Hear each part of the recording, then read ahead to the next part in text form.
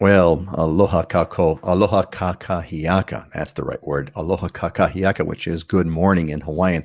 Everybody, this is the pre-show, the pre-game show here, and we got a few minutes to talk story, and kind of warm ourselves up a little bit. And got all my friends over here. I got Scott and Heidi and Dylan. Everyone's here. How y'all doing over there? Dylan, what's the? We'll start with you here. We'll go counterclockwise. How's things going on over there? Oh, it's another beautiful day over here. We were just talking prior to coming on that Kona, the weather has changed a little bit since the volcano stopped a couple of years ago, and it's been a lot more rainy, and not overly rainy, but we've been getting afternoon and evening showers pretty regularly, almost every day, and it's been about 2 or 3 days of no rain, so that's been nice. Everything's starting to dry up a little bit. We're gonna have to have a segment about that overall, because the VOG changes on the Big Island have been really significant. Because of the VOG has gone away, because of the volcanoes have become rather inactive. It's changed the nature of the weather patterns on the Big Island, which is really remarkable. Heidi, how are things in beautiful Maui? Things are great here. I'm happy to be out of quarantine now. Right, you're out of quarantine. You're free. You're free. How does that feel? Oh, it feels great. I mean, what I love about living here is just being outside. So now I can do that again. Last night, the moon was amazing. The visibility of the night sky here is just really incredible. So we were outside, just kind of enjoying the nice weather. And yeah, happy to be here. Yeah, great, and happy to have Jim. Jim is one of our like absolute most reliable regulars. He's always here. Jim, thanks for being here with us on this pregame.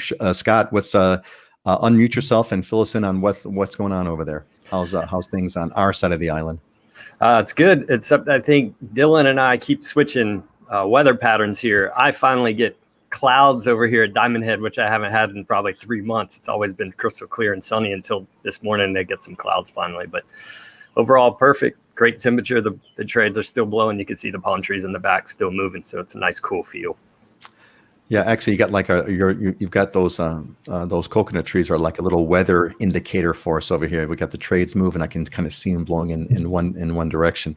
And it's been really fun. Oh, hey, so let's do our little. We have a few minutes here. Let's do our normal Aloha shirt a review. And Dylan, what do you look like? You're wearing a Big Island version here of something. You're muted. Unmute yourself.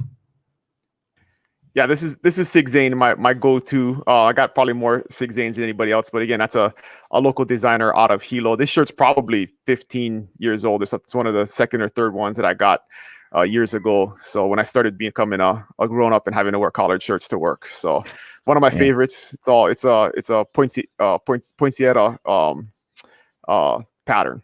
Oh, awesome. Scott, what's your shirt du jour today? Yeah, I got a Rin Spooner, one that I've had probably 15 years as well, and it's held up beautifully. These things, they never fall apart. They're some of the most reliable shirts I've ever had. And, I used to bartend in a lot of them, and they still held up over all the years. So this is the thing about guys, Heidi, is that guys will wear shirts for 15 years. I can't even, the shirt that I'm wearing is so darn old. I can't even remember when I bought it there. What's your story today, Heidi? Well, I don't have any fashion news today, but something that I do appreciate is just the professional business attire on Maui is not having to wear suits, and it's not super formal. So I like to stay comfortable and stay cool, and I enjoy that. We take that so for granted, right? We take that so for granted. And then you go to the mainland and everyone's wearing suits or whatever, or there's a lot of formalities. I think that's, I believe that's changing, but still, it is just such a blessing to be able to kind of go around here in shirts. And of course, now because of COVID, we're sitting at our desks, and you don't have, no one's watching let's say the shoes you're wearing, or what kind of pants you're wearing, or shorts or not. No one has any idea, which is even more fun. We even have more flexibility over here. All right, so it is that time of the hour. We got a bunch of people here with us. Let's kind of get our little show started over here. This is the official start of the show. I want to welcome everybody here to the Aloha Friday Hawaii show, and we've got our normal lineup over here. So let's get started. We're gonna talk about open up with our COVID update. Gang, here's what it comes down to. My headline here is no end in sight. It's just been a mess. At the government level, the Hawaii Department of Health, there's been exits of high level folks. They are, quote, retiring, to spend time with family. The lead of the Department of Health is retiring. The second in command of Hawaii of the Department of Health retired. A newly hired in July contact tracing expert decided to now ask for leave. Won't be coming back until things are quote, things are better. And then just yesterday, the state lead epidemiologist also is walking. So it is a mess. Economically, it's bad. Hawaiian Airlines announced major layoffs going on. A lot of the hotel resorts announced major layoffs going on. My connection with the business community has given me some sort of insight. This secondary shutdown that came again has really wiped out a lot of the restaurants that were kind of hanging on by a thread. So there's a sort of a lot of last straw stuff that's going on. So the carnage, the economic carnage as a result of what's been going on in Hawaii is going to continue, unfortunately. And I don't see an end in sight. Let's just kind of go real quick around before we get into our real estate market update. Scott, let's just go in order, in vertical order. Scott, Heidi, and Dylan. Scott, you see anything you want to add to the COVID mess over here? No, I mean, you've hit it all. The one that I chuckled about, I think it was yesterday, they closed down H3 for the surge testing, right? And I guess they went to the federal government for approval to be able to shut down the H3 because it's not a city, county, or state road. And the federal government said, no, you can't do that. And I thought, and the state went ahead with it anyway. And I thought to myself, oh, wow, okay, we picked the only road in the state or on this island, basically, that's not state or county related. And it could affect how we get funding on the transportation side here. And it just adds to the mess that these guys have been, heaping on themselves.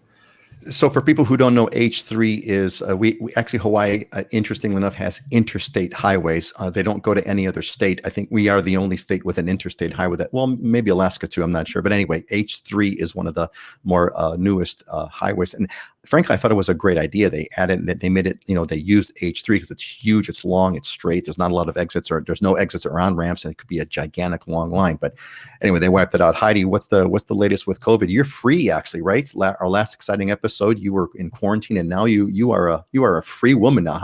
What's the situation like going on Maui? Well, on Maui, the beaches are still open, so I'm grateful for that. People are just kind of laying low these days and being cautious, but just really hopeful and looking forward to a safe reopening at some point. So I mean, it's just really, everybody's kind of waiting. There's not much to do. The area where I live in, I mean, it's heavily a resort area. So most people's jobs are related to the visitor industry, regardless of what the job is. So yeah, I'm always getting hit pretty hard, really hard. Yeah, people are just laying low right now. Neighbors are helping each other out, and yeah, I mean, we've been in this going on 6 months. So I don't talk about this too often, but my COVID beard is getting a curl. I'm starting to curl. That's how long that's how long my COVID beard is. It's curling, and this was a joke at first that I was going to grow until that we were freed, but we're not freed yet. Dylan, what's the COVID atmosphere like on the Big Island?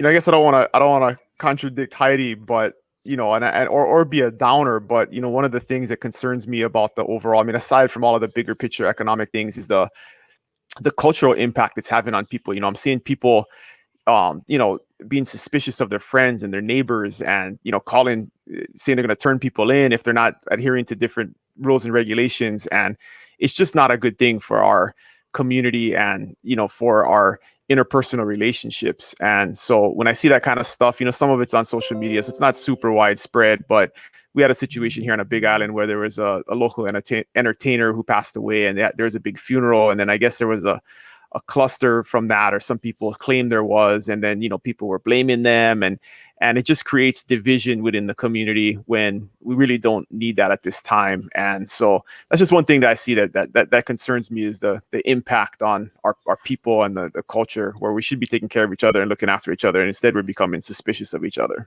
That's a really, really good point. And I think that's a whole other topic unto itself, of all the changes that are going on with COVID. But speaking of changes, let's move on to our next topic here, and let's do a quick real estate market update. There was one question that popped in on this real estate market, and I think it's somewhat indicative of a lot of the questions that we get.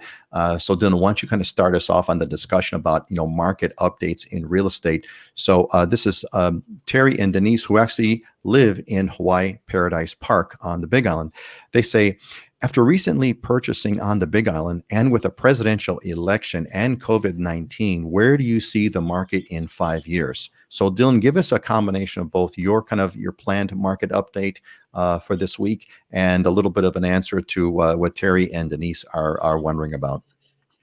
Well, first thing, I don't have any market data per se, because our MLS is a little bit slower on the Big Island. So our data doesn't come out to usually 7-8 days into the following month. But I can just tell you from what I'm experiencing, the volume is still there. There is, we're definitely on the road to recovery, and the demand is still there. We closed 3 deals last week and put 3 more into escrow. So there wasn't any, we're not seeing any slowdown. There was another closing today, and potentially another escrow today. So there's still a lot of activity. I don't see any reason to believe, and again, we don't have a crystal ball and we can't predict the future, but I don't have any reason to believe that in 5 years the market isn't going to continue to be strong. And we haven't had that bubble type market, and everybody's worried about the bubble bursting. But if you compare the market today to the market back in 2006 and 2007, there's a lot of other underlying factors, like the lending regulations that were running wild and people getting loans that shouldn't get loans, and that stuff's not happening today. So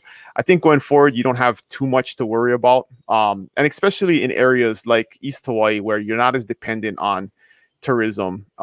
You're not going to have as many people that can't pay their mortgage, or a lack of buyer demand, because a lot of people that work there work in the industries that are in Hilo or for the government, the state or county government. So the employment's a little bit more stable in that area. So it depends on your market too. Got it. So what I'm hearing you say is pretty much, no major changes. Things are still going strong. There's no reason to kind of think that there's going to be any kind of major upheaval in either direction. I think part of that reason why is, as I used to tell people, because we don't take part of the party of the bubble. We don't go to the party. We also don't get the hangover. Scott, what's the latest on kind of what you're seeing on Oahu? Yeah, we're on a shutdown right now, meaning that economically, but so what that means for real estate at this point is we are classified as essential. Transactions are still going, and I'm still seeing the same thing. So actually, our number of sales for single family homes has gotten back to where we were pre-COVID period. However, there were 1,600 new listings on the market last year at this time for single family homes, and there's now 800. So significantly less inventory, a lot more buyer demand. So, and this isn't totally normal. I mean, I talked about that transaction last week, 16 offers, $100,000 over, we lost it. Right. I just talked to someone in Mililani. They had 25 offers on a property in Mililani on a single family home. 25 offers on a property? Yeah. So there's competition. So this trend that you've mentioned, Scott, over week upon week, which has been that there's a lot less listings on the market, but there are just as many, if not more, buyers on the market, and I think that combined with this lower interest rate or something like that, right? Yeah, I would actually say there are less buyers in the market just because you've eliminated the offshore buyer. But less buyers, right? But the decrease in number of sellers versus the number of buyers is greater on the listing side. The other thing is the military 2 months ago just started moving people again, which Oahu has all the bases. This is where they come to. So that added to the demand. And then our summertime is the busiest time of the year for moving because kids are out of school typically, et cetera. And that's where families tend to try to plan their moves. So we're definitely right in the middle of this summer rush. which carries typically through September. And we don't tail off like the mainland because of the cold weather. We have warm weather all year round. People can move and see property fairly easily because of the temperatures. So we do continue throughout the year, but we are in the chunk of our busiest time. Got it. Thanks, Scott. Heidi, what's the situation like? What's the market looking like in Maui? What can you share for us? And back to that original question, if you have any sense of kind of what do you see kind of going on in a 5-year period, if you can shed any light on that. Well, August was a really strong month on Maui in terms of closings and also new properties going under contract. Extremely busy month. We're seeing more homes than condos selling in previous years. So demand for single family homes is very high. I mean, we're seeing more inventory come on the market for condos. I mean, both residential condos and resort condos. Here and there, you'll get a super motivated seller, but for the most part, prices are holding really strong. There are people that are predicting that once the quarantine lifts, there's going to be a flood of buyers in our market because there certainly seems to be a lot of demand. Sales are a bit limited because buyers who do want to travel to Maui find it more difficult with the quarantine these days, understandably. There's recent discussion on the new federal eviction moratorium through the end of the year and how that's going to impact the market. There are owners who own rental properties who have been personally impacted by COVID or lost their jobs, and then their tenants have lost their jobs, and that's a challenge. So that could have some impacts down the road, but probably nothing is going to happen right now. But it continues to be a busy market. I mean, overall, all the stats point to it being pretty stable. We're seeing a little bit more inventory in the condo market right now. So I think for a buyer who's looking to have a bit less competition than normal, wouldn't be a bad time to look over on Maui. Heidi, I'm so glad you brought that up because I think we touched on this in some of our off-camera discussions, and I think we should touch base on that a little bit and talk amongst ourselves on that. And that is, I think, this idea that there's a general feeling or a general sentiment that there is pent-up demand that's being sort of held back, and when COVID gets lifted, if that ever happens, if COVID gets lifted, there's going to be this sort of, kind of rush of potential buyers. And so the feeling that I've caught, and let's kind of quickly go around and touch on this topic. Dylan, we'll start with you. We talked about this idea that, hey, if you're a potential buyer and if you're serious about buying, you might want to try to, go through the quarantine hurdles. If you need to come over here, go through those quarantine hurdles and get in front of the buyers that will inevitably be coming. In other words, there was potentially a window of opportunity here for you if you sort of beat the crowd. Dylan, what's your sort of beat the crowd feeling on that? Absolutely, no doubt about that. I mean, every day I talk to somebody who can't wait to come here and look for property. But there are some. I wrote a $600,000 cash offer yesterday for a couple that made the decision to just come out here, quarantine for their 14 days, and they had the luxury of taking a 3 or 4 week trip out here in order to serve the quarantine and look. But that was their mindset, is we want to get out of where we're at on the East Coast and get here as soon as possible. And so they're one of those the house that I closed on today was also a buyer from California that wanted to get here sooner rather than later, and came out, served their quarantine, and then purchased, and went back to the main, made the offer, inspected, and then went back to the mainland and closed, and is coming back today to serve out their second quarantine in their new home. But there's definitely there are few people that are taking the initiative in doing that. But if you wait 2, 3, 4 months, once things open up, everybody who's been waiting is going to be here, and it's going to be a lot more competitive market. Okay, so that's Scott. We're going to go to you in a second. I kind of really want to emphasize that, and I guess I want to kind of sort of essentially pitch the benefit of being a part of our Ohana here. There's 30 people live that are watching this right now. You folks are getting this kind of right on the line, and you're getting it in what I really love about what we've done. And I so appreciate you, Heidi, and you, Scott, and you, Dylan, for being a part of this, because this is the only show that I know of where we get like an island, a statewide kind of analysis, every 2 weeks. Scott, are the gates of buyers waiting to be busted down when quarantine comes around? Absolutely. I mean, Dylan hit the nail on the head, and I had that conversation this morning. I've had it probably 7 times in the last 2 weeks with people going, "Hey, we're waiting." I said, "Hey, look, maybe you don't want to wait, and here's why. Rentals are more affordable right now. You have more flexibility on the length of time that you could do a rental. Yes, you have to quarantine for 14 days, but if you got a place for 2-3 months or however long you need it, to kind of get situated and stuff, you got more flexibility on the rental side to be able to get here and get settled. There's, less demand from people. You have more to choose from. You can be more flexible with that rental price. So now once you do the 2 weeks, now you can get out in the market without the rest of the mainland buyer pool being right there with you. You're out ahead of them. So, old supply and demand, you add more demand to the situation. I don't see the supply increasing. That should lead to a price increasing or more competition on the buy side. Yeah, so it's kind of like, you're it's like those midnight sales for like Black Friday, right, where you're able to get into the store before everybody else. That's kind of what it sort of feels like here. So let's hope we don't see any Walmart fighting over houses. There'll be no Walmart fighting. And 2 other quick points on this. One is a lot of people are already teleworking, right? So if you're sitting at home teleworking anyways, you can come here and sit in a hotel room and telework from here. So you're not really taking a vacation per se, right? You're just working from a different place. And then the second one is we're seeing a lot already right now of competitive offers like Scott was talking about with multiple offers. So if you're a buyer who doesn't have cash or doesn't have 50% or 25% to put down, you would put yourself in a better position now being here with less competition, because I'm seeing all across the state where people who are doing, VA loans, FHA loans that are low down payment, you basically have the least amount of, or you have the weakest offer when you're up against cash. You're up against somebody who's putting 50% down.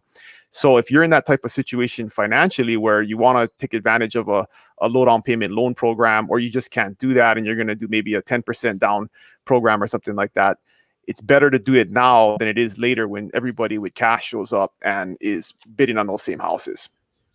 This is back to that same idea of sort of get in before the wave that all of us unanimously here, Heidi has, every one of you, Heidi, Scott, and Dylan, you've all said, hey, no question, this wave is coming. I think that's a fair thing. And Scott, I know that you're working with Teresa and them folks, and she wants to be first in line. Well, come on down, Teresa. We definitely want to have you here. Go ahead, Scott. Well, yeah, one last thing I wanted to mention, because if I'm not mistaken, so Oahu economically is shut down right now, or we're doing the stay-at-home order again, but the outer islands aren't, correct? So for us, there are no open houses right now, which means private showings, which means we're a little restrictive on the flow. But where I'm really seeing some of the challenges, kids are back in school now, so they're doing stay-at-home, distance learning from home. So now when I get a transaction into escrow, I have a difficult time because the home inspectors don't want anybody in the home when they want to do the home inspections. The families that are living there have their kids. They're working from home and the kids are studying from home. Now I have a significant challenge for trying to set up that home inspection appointment for everyone to be out. So our inspection timeframes and contracts are starting to move out a little further. Just an FYI, that's probably, kind of good info. I'd like to hear what you guys doing. Are you guys seeing anything similar to that? Dylan, you see anything? Yeah, well, this is the home inspection thing. There's families in the home that the home needs to be inspected, but the inspector wants them out, but they're in because they're working, etc. How's that? Termite inspection, survey, the whole 9 yards. All that stuff. It's definitely more complicated, and it's also more complicated for sellers because they got to go somewhere, right? And so I think that's part of the reason there's less inventory is people are not as comfortable figuring out where they're going to move to. And so you have those 2 factors that are kind of slowing things down, but definitely getting into houses, and a lot of appraisers don't even want to go inside, which sometimes is a benefit to a buyer, because if they're not seeing the actual condition on the inside, if it's not good, there's less of a chance of that appraisal coming in low. But there's a lot of appraisers that are just doing exterior appraisals right now. All right, let's this is great. Love this talk. I just love the whole idea that we get this sort of statewide perspective. We get Maui, Big Island, and Oahu perspectives. It's just absolutely fabulous. I love it. Really quick, Ralph asked a question here about drought conditions on West Maui. Ralph, I think Heidi and I, we talked about that weeks ago. It's on the YouTube channel. Heidi, if you recall, right? We asked about water issues on Maui, and there's no issues that are worth mentioning. Have another quick question over here. This is Tony. Tony says, "Aloha, thank you for having your show. Great way for us mainlanders to connect until we can move over." Yes, Tony, that's exactly correct. As a boat owner, are you allowed to keep your boat in most neighborhoods in your driveway?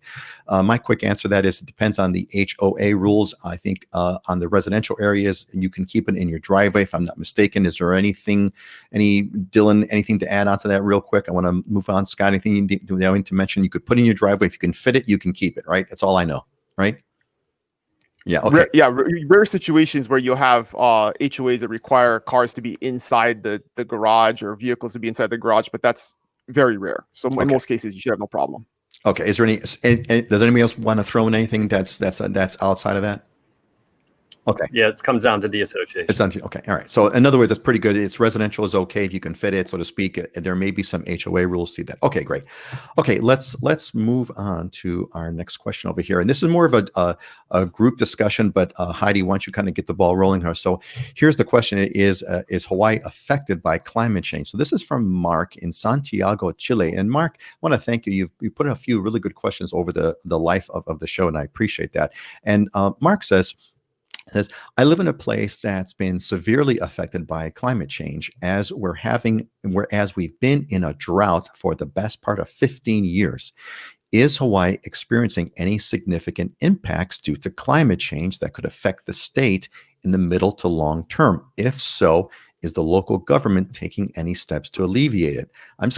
Mark, I'm going to hit my favorite topic before I turn over to Heidi to get us rolling. On the government, we can't even keep like a COVID thing under control. So the heck if we're going to do anything about the weather. But Heidi, what have you seen in your years or what you've heard on Maui? What if anything has changed that they've attributed due to climate change? Yeah, absolutely. Great question, Mark.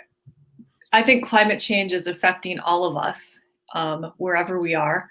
And it is a concern for Maui. Maui County's 2020 budget allocated over $2 million in funds for 4 different studies related to addressing the impacts of sea level rise and climate change and how this is going to impact infrastructure and communities. So they're looking at possibly long-term needing to move some coastal roads, perhaps relocating one of our wastewater reclamation facilities. And it's also going to impact residential properties and properties that were built very close to the ocean. I mean, 40, 50 years ago, you could build right up on the water's edge. That's not true today. But these properties still do exist that are built right along the ocean. And even though the state of Hawaii owns the beaches, the property owners that own these oceanfront properties share in the stewardship and often the costs in maintaining the shoreline. So it's definitely a consideration. Yeah, absolutely. Okay, Dylan, what's the climate? There's been some serious climate change on the Big Island, but not due to climate change. But anyway, fill us in on the climate change concerns or issues that you know of on the Big Island. I think in the near term, like in our lifetime, in our kids' lifetime, it really depends on the island. If you're on Kauai or Oahu, where you have a more eroded flat island with lower lying areas, rising sea levels are going to affect those areas more. On the Big Island, we're very steep, and even tsunami inundation zones are very small because the island elevation rises very quickly. And the same is true of Maui in most cases.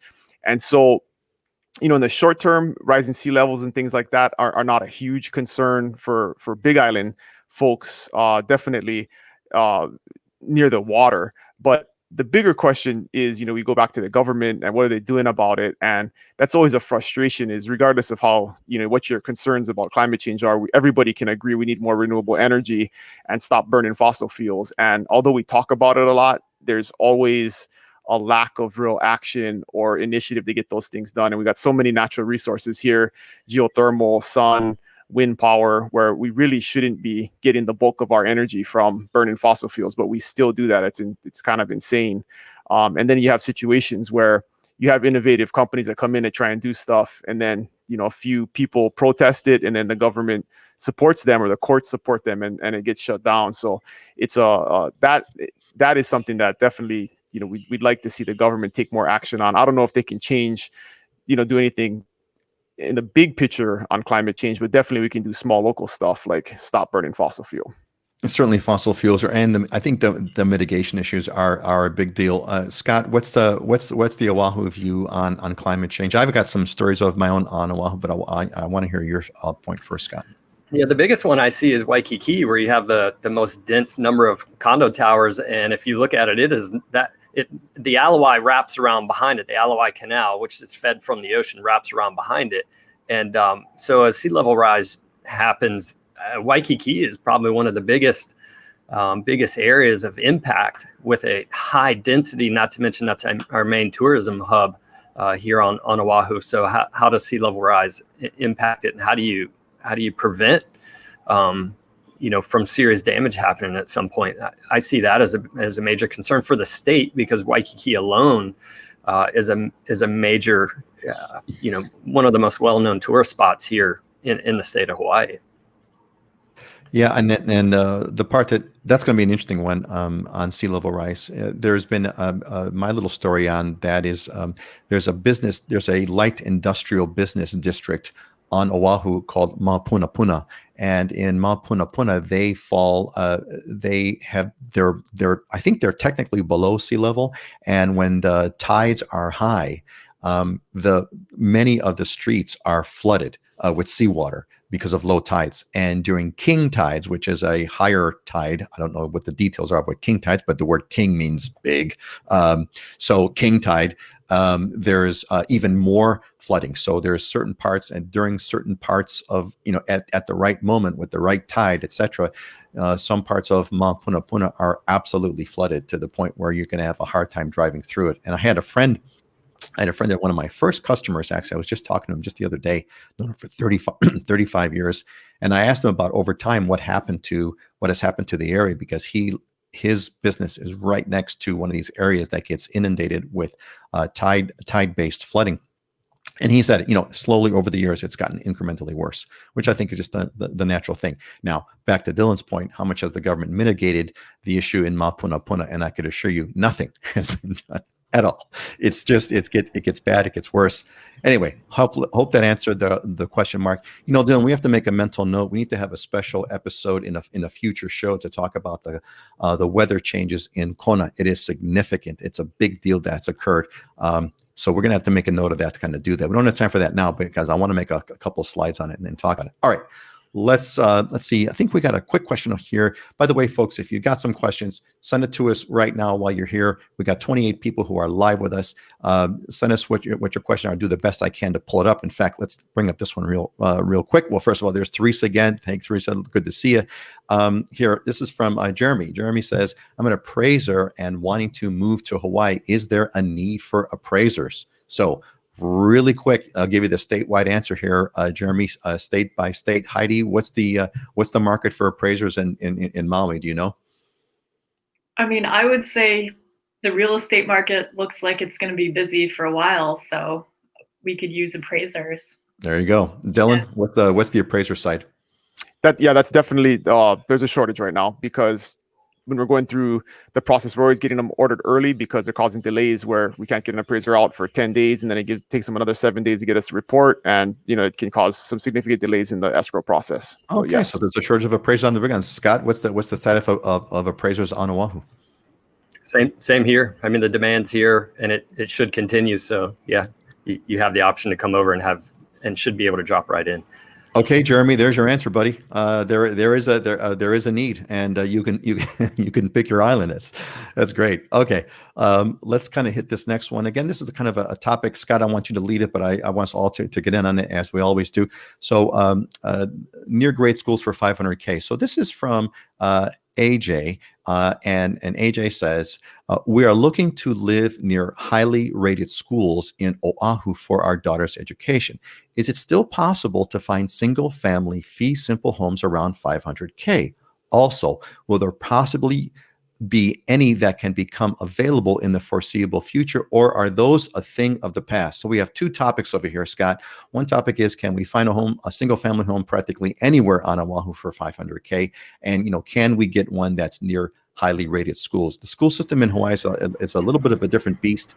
It's a statewide school system. It's not like most of the mainland where schools are district based, where your district determines the kind of school you have. Here, all the schools are of the same. They're part of the Department of Education, which is a statewide thing. So there's not that much variance in schools, but that's my 2 cents. Scott, how do you answer AJ here, who wants a home for 500K near a good school system on Oahu?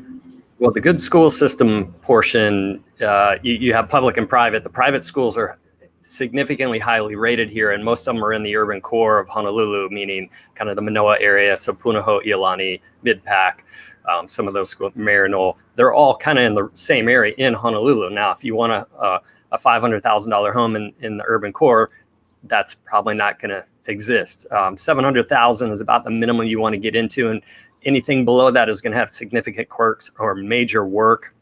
$700,000 and up starts to get you into something that you could probably live in and work on.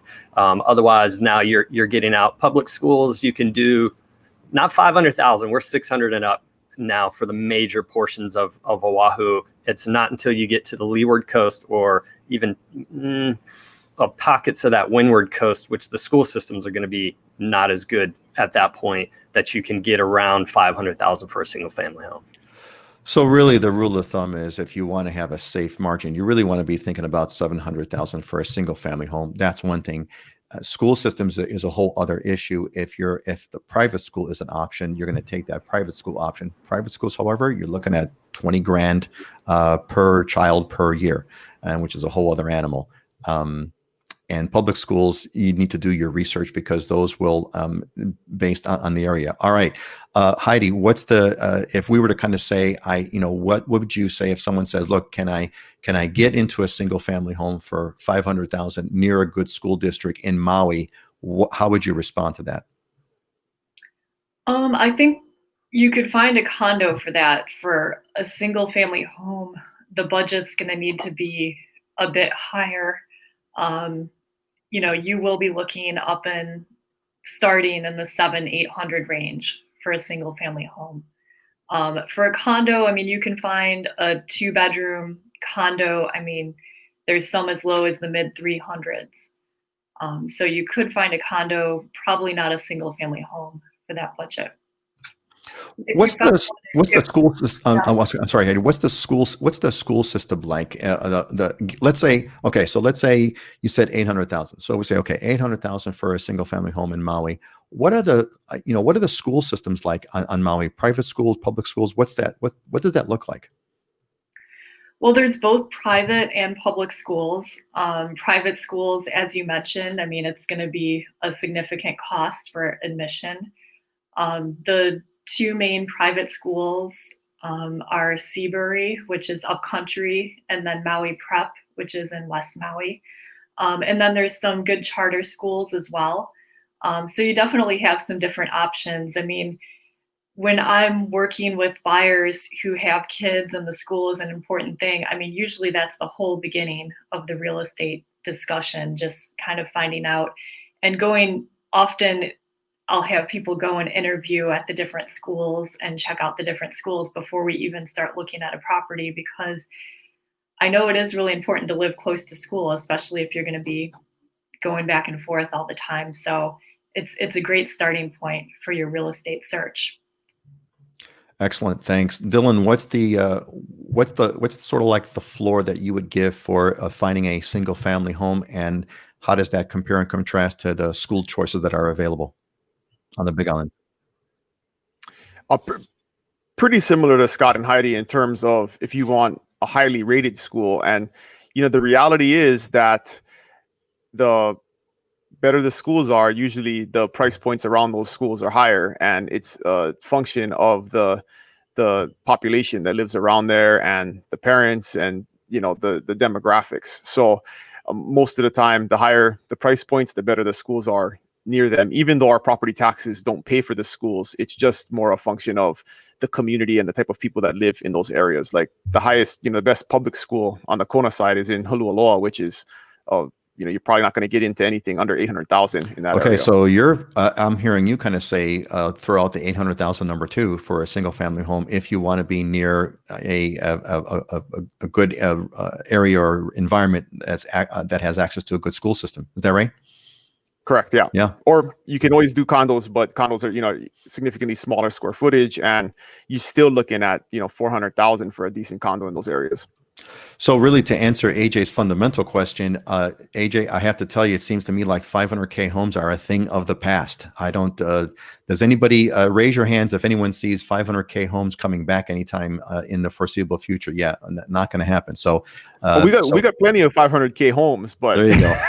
but they're out in the country, and your schools are not going to be one. The schools are going to be further away because distance wise, the homes are more rural. But a lot of times those schools are the ones that have more challenges. So thank you, Dylan, for pointing that out. I'm sure we can find some homes on all the islands for 500K, but they're not going to fit the other criteria that you're looking for. And real quick, Jim's question: how is the school system in Hawaii compared to big cities on the mainland? Jim, I'm not sure that big cities on the mainland are a good comparison. What I hear about schools in big cities on the mainland, they're pretty poor. The public school systems. I would generally speaking rate Hawaii, unless things have changed. I'd put Hawaii public schools in sort of like the lower on the scale, certainly below in the lower half of public school quality, generally speaking, if not even lower than half than the 50% point. And I would like to add, my wife's been a school teacher for like 15 years. So if I have some personal experience here, yes. The reality is it's not the school, it's the parents, right? I mean, there are kids that thrive, that are very successful in schools that are not necessarily successful because they have parents that care and parents that push them and get them enrichment activities. So at the end of the day, I would worry less about the school and more about what you're doing to be involved with your child's education. And we're seeing that today with the distance learning. The kids that have a good home environment, that are being monitored, that are being supervised, are thriving and doing just fine. It's the ones that don't have that same level of care that are having a really hard time. So I would say let's not dump on Hawaii public schools. Yes, there's plenty of success stories from all over the place, from schools that don't necessarily have a great reputation. Thank you, Dylan, for that perspective. That's really, really useful. What has been? I mean, has there been any feedback since your wife is a public school teacher? What's been the feedback on kind of how things have changed on this sort of new Zoom video conferencing world? My take on it is it's really exacerbating the economic divide. You have kids that have good internet access and great technology in their home that are doing just fine. It's the ones that are working off of a 10-year-old iPad or their parents' phone that obviously are not going to have the same experience learning online as someone who has good technology and more modern technology. So that's been the biggest struggle, I think, is that the kids they're being delivered equal content, but not in equivalent platforms. And that's been the biggest challenge for teachers, I think, is that you don't have kids with equal access to the same type of technology. Yeah, that's a really good. Scott, you took a breath to say something. Go ahead. Yeah, one of the issues over here in particular, and I don't know how it is on the outer islands, but there's a mix of diversity of a number of immigrants that have come here where English is a second language. So already in the classrooms, especially in the urban core here, teachers you're teaching, but when English isn't their first language, they're having to basically drop the entire class load down to that portion. Now you add in COVID with distant learning and technology add into it, it's going to compound that issue even more. And that's been part of the drag on some of the public school system here is some of the challenges that they have, especially with kids with that English is a second language for them. They tend to struggle. It's harder for them to keep up and whatnot. So the classroom tends to slow down. You have this huge disparity between the kids at the top of the class and kids that are struggling to keep up. Yeah, thanks, Scott. Those are all serious challenges that we all face, and I hope that's given everyone shed some light on the public school question over here.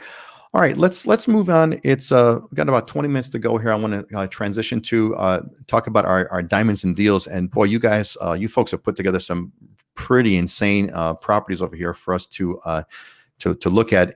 So what we do in this segment, everyone, is our diamonds and deals are aspirational properties or example properties of what you can kind of get in Hawaii. It's not meant to sell anything per se. It's meant to give you a peek, a window into the kind of things that are available. There's some diamonds that are amazing, and there's some deals that are, relatively speaking, good deals. So let's open up with this first one. This is always kind of fun. I was going through this. I was like, oh my God, this is amazing, Scott. So here's Scott's oceanfront, not Scott's, but well, hopefully, love to be Scott's, love to be mine. Oceanfront estate home, Kailua, listed for $27.5 million. That's got to be some kind of a record, Scott. Fill us in on this property. This is amazing. Yeah, so part of the reason I picked this is because this is the top end for Kailua, and this is actually going to be more or less the top end for the island of Oahu. So the highest sale that ever happened in Kailua was $25 million. This one's listed at $27.5 million. It's over an acre. It's 60,000 square feet of land, which an acre is about 44,000 square feet of land. It's about an acre and a quarter. In Kailua, that's on like the an acre. beach. That's like an acre and a half on the beach in Kailua. Oh my God. Yeah, 14,000 square feet on two main home structures. It has everything: tennis court, sauna, pool, pool table, the whole 9 yards. And it's significantly detailed out. Even the covered lanai space has more square footage than my house does. But I wanted to show it for perspective. That's beachside. Those are where you have your estate lots, your bigger properties. And the further you get back from the ocean and in that area, you start to get into Coconut Grove and things, the smaller the lot size gets and the further away you get from the ocean. So you have this effect of significant price dropping going down, because of the size of the lot gets smaller and you're getting further from the ocean. But that's the top, that's the high end on Kailua, and on the island more or less. I mean, just and from these pictures alone, if I said, "Oh, this is a new resort that opened up in Kailua," you'd say, "Yeah, sign me up for their resort." That is an amazing property. Somebody's got some aircraft overhead over there. I don't know who that is, but try to mute your mic if you can. All right, that's an amazing. No doubt that's I guess we would call that a diamond. I don't know about deal, but man, what a diamond. Oh my God. Okay, let's move on. So Dylan, not to be totally outdone, gives us the Big Island version. And he says oceanfront in Keauhou Bay listed at 5.999. Man, that's amazing. Dylan, what about this? Yeah, I guess mine looks like a deal compared to Scott's, but so, something similar, and it's definitely a diamond and almost priceless. This is on Keauhou Bay, which is a historic, beautiful place if you're familiar with Kona, and there's not that many properties. So that's a big difference, is that there's maybe 6 or 7 properties that are kind of on the bay. There's a resort area and a condo area. So there aren't that many single family homes. And so something like this is very unique to come on the market and to be available. And, at $6 million, it's a 3-bedroom, 3-bath, big home. Beautiful setting right on the water. And you don't necessarily have the sandy beach like you do in Kailua, but you got a pool right in front, and you have a boat harbor, a short walk away, and some beach access area. So just super special, unique property that doesn't come on the market very often. This is a mind blower. What that looks like? It's almost looks like it's on its own island. It's like on a peninsula, like right on the point. Yeah, this crazy peninsula that's just big enough to hold this classic. Looks like a kind of a Polynesian hut kind of style with the super tall ceilings. That's got to be those views, and it's stunning, absolutely stunning. When I saw this, I just kind of kept looking at it. Yeah, you can look to the left and the right and not see anything but ocean, right? I mean, there's no houses to the left or to the right of it. No, it's like, man, you're just kind of like on your own, basically your own private island. And Kinaya loves it. Yeah, what a dream. You're not kidding, boy. What a dream. That would be, what an amazing property. This is great stuff. Scott and Dylan, you folks have done like an amazing job over here. And not to be outdone, Heidi has given us something that like, hey, you know what? Maybe I'll buy this. Heidi, what's this? This is a beach. Looks like a amazing property in Maui for only the low price of $595. Fill us in. Yeah, well, compared to those other two properties we just saw, I mean, this is all, at only $595. A lot of people are surprised to find they can get something that's on a sandy beach in Maui for this price. This is a 1-bedroom, 1-bath condominium. It's about 700 square feet. It's literally about 12 steps down, and then you walk out and you're on that beach with the sea turtle right there. They do allow vacation rentals at this property, so it's great for somebody that's looking for a part-time home that wants the option to rent it. And it's just on this beautiful little pristine bay, great for snorkeling, swimming. I mean, you're right there for $595. So I can't help but kind of try to run through the numbers on this. What kind of roughly speaking, if you were to rent this, say you were the kind that like we have snowbird friends who live in Canada and they come to Hawaii for the winter months and they go back to Canada for 6 to 9 months. What would you think this thing normally would rent for in a non-COVID world? I don't know if you're familiar with what it did rent for in the past. Any sense of that? That's a great question. If you are interested, I can get you the rental history. I mean, I would say $200 to $300 a night on average, a property like this, if you want a ballpark. Wow, $200 to $300 a night. Okay, so when we do I can't do the math in my head right now. I can only do single digit mathematics now. My brain is completely atrophied. I have to have a calculator for anything else. But it certainly seems that you'd be you could do a positive cash flow on this without too much effort. And I wanted to say something about here, Dylan. Your camera shot looks just great. I think that the combination of your bright red shirt with the sun on you right now and the clouds behind you, I just had to kind of say that. I just kind of had to throw that one in over there. It looks great over there. You're muted. Unmute yourself. The sun finally came up over the trees, and I'm getting it right in the face. So. Yeah, I'll tell you, that's really really amazing. All right, we got a few minutes left. Let's see. I think we had a couple pop. Oh yeah, here we had a question that popped in. This is for you, Dylan. Let's bring this one up from Teresa here. She said, by the way, Dylan mentioned the country, reminding me of something I was researching, how we could bring weapons over, and also if Hawaii has concealed carry law. Part of what I learned is that it is okay to carry a long arm rifle. So my question is, what is being hunted there and where? So there's a couple of questions in that one, Dylan. I think there's first of all, we have a sort of a conceal and carry thing. That's one question. The other thing is, how do you bring your firearms over? And number two, and number 3 or 4 is, what's the hunting situation like? You want to start us off with that?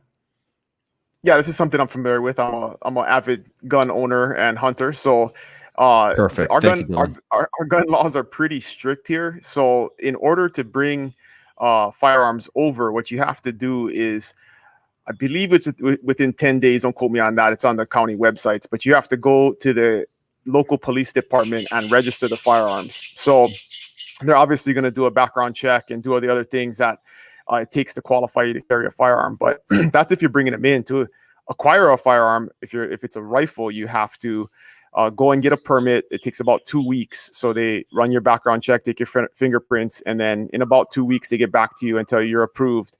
And they issue you a permit, which is good for 1 year. And you can acquire as many long guns as you would like within that year. After you purchase it, you have to take it down to the county police department and then register the gun with them. So that's just for rifles. If you want to buy a handgun, you have to actually get a specific permit for that handgun. So first you have to go to an NRA approved handgun safety course or the state hunter education course to even apply for a permit. And then once you have that, you can apply for a permit, and you actually have to have the serial number of the handgun that you want to acquire. So you can only get the permit for that specific firearm. And then once you get the permit, you have to bring the firearm physically into the police department and register it with them like you would a rifle. So that's the registration process. It's pretty complicated and cumbersome. It doesn't happen very quickly, but it is what it is. From a concealed carry, technically there's concealed carry on the books, but you have to get a permit from the county chief of police, and they basically do not issue them. So there are very few like retired policemen that may have them that work in some type of security firm. But if you're a regular person on the street, it's pretty much impossible for you to get a concealed carry permit. So don't count on doing that. From a hunting standpoint, we have limited public hunting areas. We do have goats, sheep. There are deer on Maui. But most hunters, and lots of pigs, there's no shortage of pigs, lots of pigs to hunt too. But most hunters do it on private land. You have ranch lands or large farms where people hunt. So there are public hunting recreation areas, but they're few and far between. And then obviously they're crowded and there's not as many animals there because there's more people. Boy, thank you, Dylan. I just got an expert whirlwind tour on all that stuff. That's fantastic. I mean, I'm roughly familiar with the laws on Oahu. They're somewhat similar to what you mentioned. Lots of permitting that's required. Concealed and carry, you have to get a thing from the chief of police, and they're rarely handed out and all that kind of stuff. Heidi, is there anything that you know about that you can add to what Dylan's saying? I know laws are different on each of the islands. Is there anything that you can shed light on that Dylan hasn't done so already from the Maui side? You want to make sure you unmute your mic. Yeah. Yeah, firearms and hunting are not really my area of expertise. I do know a lot of people that enjoy going pig hunting. That kind of seems to be a thing. And there's a couple people in my office that are into hunting, and I could probably get some answers, but yeah, I'm not personally a hunter. So. I know you grew up in a small town in Illinois. I'm sure you have relatives that go hunting out there. I know my dad used to. We lived in Illinois when I was a kid, and my dad used to go hunting occasionally. I don't know if your dad or uncles or anyone hunts back in Illinois or not. One more important note: we do have a restriction on handguns, only 10-round magazines. So if you have magazines, if you're coming here and bringing something with you, do not bring magazines that are more than 10 rounds because you will be committing a felony, I believe. So don't do that. Okay. Thanks, Dylan, for that additional tip. Scott, is there anything that you want to add to Dylan's point on the firearm side? No, that was pretty thorough, but I sent out a link the other day to somebody for this exact same question. And each county, if you Google, firearms registration in the county, the websites are very detailed and have this step-by-step information there on those websites. You can look them up online. Here's a quick one from Alex. Alex says, "Aloha, great show today. Mahalo. What advice would you give to a timeshare salesperson currently furloughed?" Heidi, why don't we start with you on that? What would you say to Alex here, who's a furloughed timeshare salesperson? Well, it's a great question, and I'm sure there's many other people out there in that situation right now. I mean, the way to answer it would really be just asking some more questions about your personal situation and what works for you. I mean, there's, a lot of people here I know are counting on an eventual reopening. I don't think any of us know exactly when that's going to happen. So I think it just kind of depends how long that you're comfortable being on this furlough and just living out on Maui. I know, it's a time to think about what you want to do. Are there other career goals you want to pursue, other things you want to pursue? I mean, it's a good time to travel. It's a good time to take time. Well, actually, it's a horrible time to travel, but I mean, around enjoy Maui. If you're lucky enough to be on Maui, it's a great time to enjoy it because there's not that many people here, and it's a great time to be here and enjoy. So if you're able to do that, that's great. But I mean, I do understand the pressures of not having a job too. And I mean, I don't think any of us have a true answer of when timeshares are going to start back up again. I mean, I wish I knew for sure. I can only think we're getting closer, but it's just kind of where we are. No, that's a really good point. I think so. I think what you've very nicely and elegantly, Heidi, have said, timeshare is just as furloughed here as it is where you're at. And this thing, because of the way the COVID and because of the lockdown, everything is pretty much essentially on hold, and we hope it's going to open up soon. But nothing coming around. Hey, again, we got about 5 minutes left. I did want to hit a topic over here that comes up a bunch of times in a variety of ways, and I want to go around really quick. And the big headline here is best way to find rental. Now, the specific example here is from Karen, who says, need to find 2 months of lodging to do work with AmeriCorps on Maui. Any suggestions? Probably near Pukalani. Thanks for any help. But let's hit the topic, because we had about this conversation off camera last week, where we talked about sort of what should you do if you want to find rentals, and there's no really well established sort of rental agents here in Hawaii that are geared. There's a variety of reasons. There's a variety of economic reasons why that doesn't work, and so the question is, what's the best way to find rentals? Scott, what's your advice when someone says, look, we need to find some rentals? What should we do to find this places to rent? Where do we go? I mean, right now it's Airbnb, VRBO, Zillow. I think it's apartments.com. Those are kind of the main ones. It's going to the websites. And now, because we don't have the tourists, this is the time to be able to find the affordable rental and negotiate more flexible terms. Whether you have a pet, people are going to be more flexible if you have a pet to be able to get in even in that capacity. So it's hitting the main sites and negotiating. And there was another question about pets as well. So basically what you're saying is hit the main sites: Airbnb, VRBO, apartment. I think it's apartments.com or something like that. There's apartments. Yeah. So Dylan, what's your advice on the big on finding a rental? This is a real conundrum right now, and I get asked this. I mean, because we've talked about it, but I get asked this almost weekly, multiple times weekly, and so you have to figure out, okay, do you want a long-term rental, which is really like 6+ months, or do you want a short-term rental, which is going to be 30 minus days plus days, somewhere in there.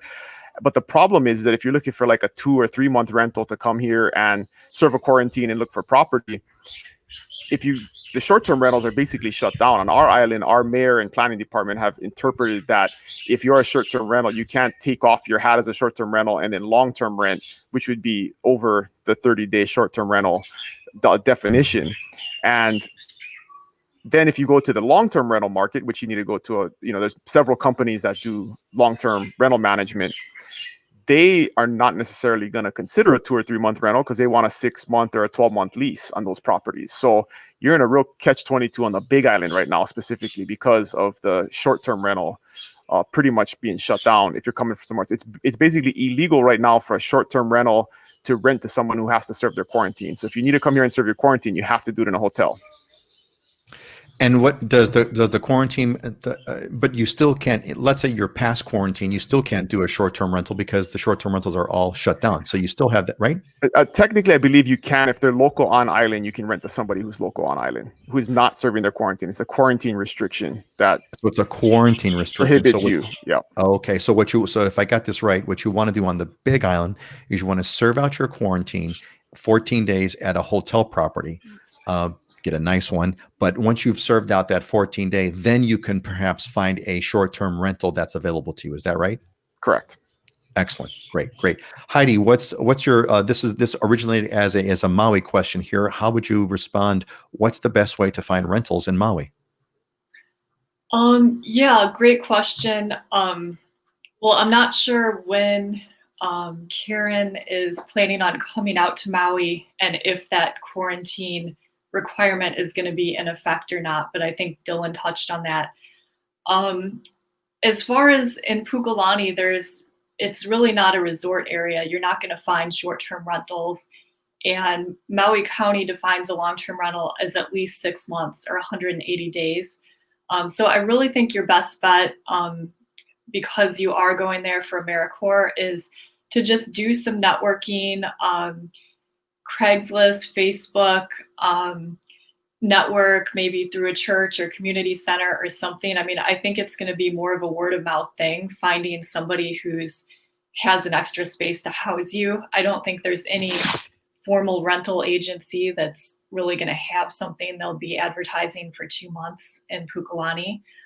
But it never hurts to reach out to some long-term rental managers and just ask the question and do a little networking. And, you know, I'm confident you can find something. But yeah, on Maui, there are not full-time realtors assisting people with rentals because generally the demand for rentals is just so high here. I mean, people find rentals quickly and there's no need for realtors to be involved. So what would be your generic advice? Say let's take Pukalani out of it. What's your generic advice for people that want to find a place to rent on Maui? Let's say while they're looking at properties or things of that nature, what would your response be? Well, if they have to come in quarantine, they should stay in a hotel. I mean, unless they own a property or have a friend that owns a property, they can stay in. They can't rent a vacation rental if they're subject to the quarantine. So is that like the big on where if you're in quarantine, you can't stay at sort of a short-term vacation rental. You'd want to serve out your 14 days on a hotel property and then perhaps go to a vacation rental for a slightly longer rent. Is that what you're saying? Mm-hmm. Yes. Got it. Here's my simple advice. Don't be picky. Just take what you can get. If it's a rental, it's temporary. So don't like have all these crazy requirements. And another big one, try not to bring your pet because that'll eliminate a vast majority of rentals if you need to have a pet. And this goes to, again, I mean, pets overall are more difficulty, but certainly for the short-term thing, if you're looking to rent for a month or two, just to kind of do your looking around, see if you could leave your pet at a pet hotel where you're back, where you live while you do your searching. So if I quickly summarize this, because this comes up a lot, quick summarize is you want to serve out your quarantine at a hotel property, get that done, and then look at the openings that are available through the Airbnb, VRBO, those sort of places where you can kind of stay at a short-term rental that's outside of quarantine. Do I have that right, gang? Is there any kind of a correction that needs to be made? Scott's got a point. Yeah, Oahu's not the same. So you can go straight in. And I would say if you're looking for housing to buy real estate, then so this is a different answer. You quarantine for 14 days. Then how long, unless you know exactly where you're going to be and that property is on the market, okay, how long do you need for that next property to come up and for you to find it and get familiar with the areas and the neighborhoods? It may take 60 days. Then you got a 45-day escrow. Then you want to move in, say you need 2 weeks. You're looking 4 to 6 months that you really need on that rental time frame. The other thing I would say with the pet is there are quarantine laws here, and you can avoid those quarantine laws. We probably should discuss that at some point and have that another show. That's another show. Yeah, a pet quarantine, which is always how do you avoid pet quarantine? But for me, I recommend minimum 3 months to 6 months is what you need if you're looking for property. So if you're looking for the big differences are on Oahu.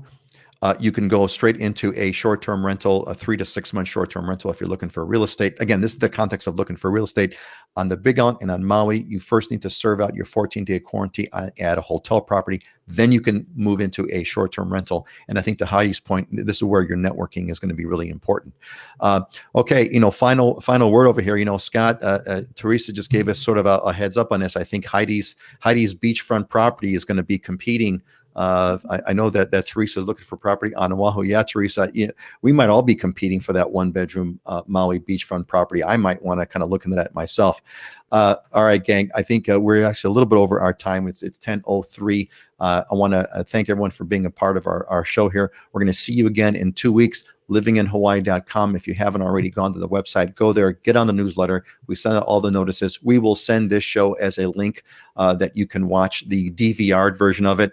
All right, let's kind of go quick around, say goodbye to everybody. Just go around the right. So Scott, Heidi, and Dylan in that order. Aloha, everybody. Thanks for checking in. All right. See y'all. All right. See you guys. Aloha. See y'all later. Have a great one. Thanks, everybody. Aloha.